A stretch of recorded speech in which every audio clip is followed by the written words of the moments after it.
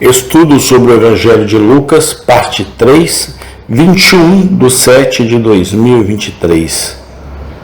O anúncio do nascimento de João Batista e descrição de seu ministério. Lucas, capítulo 1, versículo 13 a 17. Mas o anjo lhe disse: Não temas, Zacarias, porque tua oração foi ouvida, e Isabel, tua mulher, te dará um filho, a quem chamarás João. E você terá alegria, e muitos se alegrarão com o seu nascimento, porque ele será grande aos olhos do Senhor, e não beberá vinho nem bebida forte, e ele será cheio do Espírito Santo desde o ventre de sua mãe. E muitos dos filhos de Israel se converterão ao Senhor seu Deus, e irá diante dele no espírito e poder de Elias, para converter os corações dos pais aos filhos e os rebeldes à prudência dos justos. Preparar um povo para o Senhor. Temos nesses versículos a palavra do anjo que apareceu a Zacarias. São palavras cheias de profunda instrução espiritual. Aprendemos aqui, por um lado, que as orações não são necessariamente rejeitadas, porque a resposta demora muito. Zacarias, sem dúvida, muitas vezes orou pela bênção das crianças, e, ao que parece, orou em vão.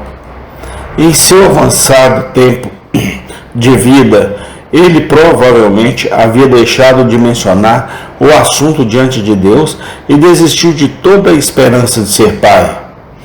No entanto, as primeiras palavras do anjo mostram claramente que as orações passadas de Zacarias não foram esquecidas. Sua oração foi ouvida, sua esposa Isabel lhe dará um filho. Faremos bem em lembrar esse fato sempre que nos ajoelharmos para orar. Devemos tomar cuidado para não concluir apressadamente que nossas súplicas são inúteis, e especialmente na questão da oração intercessória em favor dos outros. Não cabe a nós prescrever o tempo ou a maneira pela qual nossos pedidos devem ser atendidos. Aquele que conhece melhor o tempo para as pessoas nascerem, sabe também o tempo para elas nascerem de novo. Vamos antes continuar em oração, vigiar em oração, orar sempre e não desfalecer. A demora na resposta, diz um velho teólogo, não deve desencorajar nossa fé. Pode ser que Deus tenha concedido há muito tempo, antes que saibamos de sua concessão. Aprendemos, em segundo lugar, que nenhuma criança causa uma alegria tão verdadeira quanto aquelas que têm a graça de Deus. Era uma criança prestes a ser cheia do Espírito Santo, a cujo pai foi dito: Você terá alegria, e muitos se alegrarão com seu nascimento. A graça é a porção principal que devemos desejar para nossos filhos. É 1000 vezes melhor para eles do que belezas, riquezas, honras, posição ou altas conexões. Até que eles tenham graça, nunca sabemos o que eles podem fazer. Eles podem nos cansar de nossa vida e trazer nossos belos cabelos grisalhos com tristeza para o túmulo. Quando eles são convertidos, e não até então, eles são providos tanto para o tempo quanto para a eternidade. Um filho sábio faz um pai feliz. Provérbios 10:1. Tudo o que buscamos para nossos filhos e filhas, vamos primeiro procurar que eles tenham um lugar na aliança e um nome no livro da vida. Aprendemos, em terceiro lugar, a natureza da verdadeira grandeza. O anjo descreve isso quando diz a Zacarias que seu filho será grande aos olhos do Senhor. A medida de grandeza que é comum entre os homens é totalmente falsa e enganosa.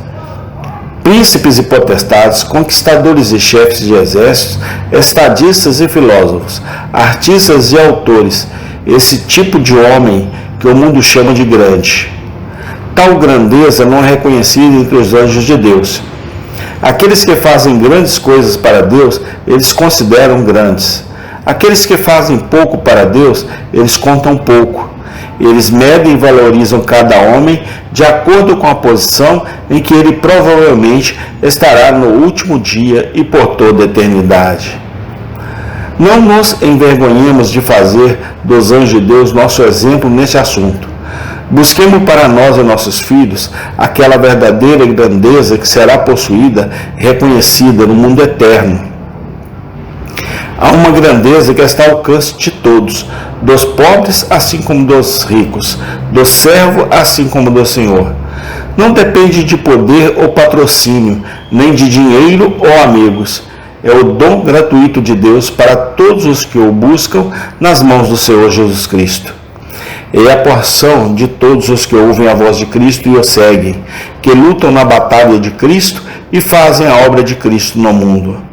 Esses podem receber pouca honra nesta vida, mas sua recompensa será grande no último dia. Aprendemos, em quarto lugar, que as crianças nunca são jovens demais para receber a graça de Deus. Zacarias é informado de que seu filho será cheio do Espírito Santo desde o ventre de sua mãe. Não há erro maior do que supor que as crianças, em razão de sua tenra idade, são incapazes de serem operadas pelo Espírito Santo. A maneira de sua obra no coração de uma criança é, sem dúvida, misteriosa e incompreensível. Mas assim também são todas as suas obras sobre os filhos dos homens.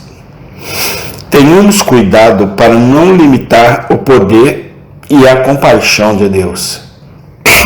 Ele é um Deus misericordioso. Com Ele nada é impossível.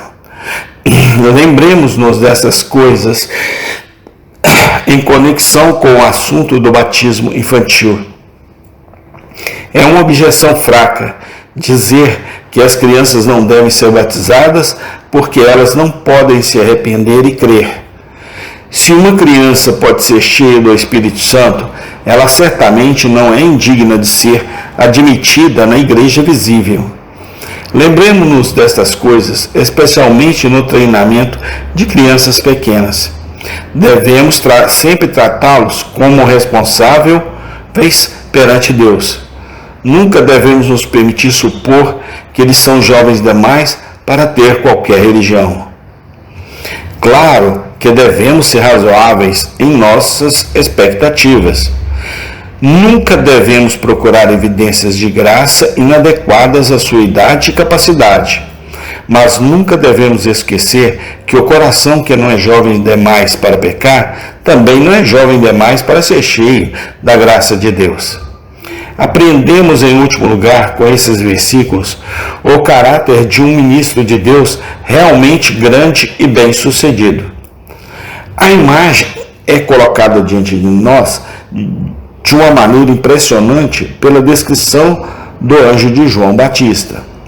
Ele é aquele que transformará os corações, os transformará da ignorância em conhecimento, do descuido à consideração do pecado para Deus. Ele é aquele que irá diante do Senhor. Ele não se deleitará em nada mais do que ser o mensageiro e arauto de Jesus Cristo. Ele é aquele que prepara um povo para o Senhor. Ele se esforçará para reunir do mundo um grupo de crentes que estão prontos para encontrar o Senhor no dia de seu aparecimento. Por tais ministros, oremos noite e dia. Eles são os verdadeiros pilares de uma igreja, o verdadeiro sal da terra, a verdadeira luz do mundo. Feliz é aquela igreja e feliz é aquela nação que tem muitos homens assim. Sem tais homens, aprendizado, títulos, dotações financeiras e edifícios esplêndidos não manterão nenhuma igreja viva. Almas não serão salvas, o bem não será feito, Cristo não será glorificado, exceto por homens e mulheres cheios do Espírito Santo. Amém e amém. A continuação. Fiquem na paz de Cristo.